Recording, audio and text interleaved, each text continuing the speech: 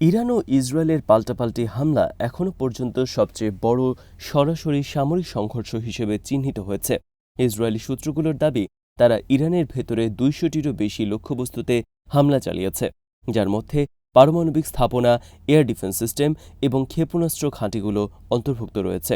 ইসরায়েলের তথ্যমতে এই হামলাগুলো পরিচালিত হয়েছে F-35 যুদ্ধবিমান, ড্রোন এবং দীর্ঘপাল্লার সুনির্দিষ্ট ক্ষেপণাস্ত্রের সমন্বয়।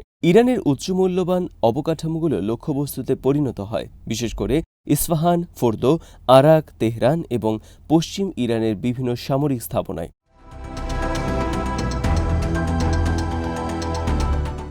এর মধ্যে প্রথমেই আসবে ইরানের ইস্পাহান প্রদেশের নাতানজ পারমাণবিক স্থাপনার নাম।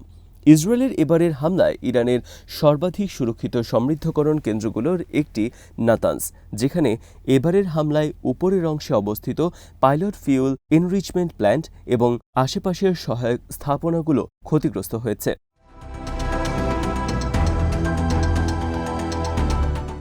স্যাটেলাইট চিত্রে দেখা গেছে যে ভূগর্ভস্থ ইউরেনিয়াম সংরক্ষণ কক্ষগুলো মূলত অক্ষত রয়েছে, তবে বেশ কিছু গুরুত্বপূর্ণ পরিচালন ভবন অকেজো হয়ে গেছে।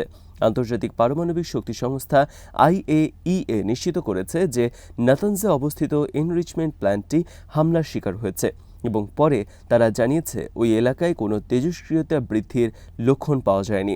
তবে ইরানের পারমাণবিক শক্তি সংস্থা জানিয়েছে স্থাপনাটির অভ্যন্তরে পারমাণবিক দূষণ শনাক্ত হয়েছে, যদিও সেটি বাইরের পরিবেশে ছড়িয়ে পড়েনি।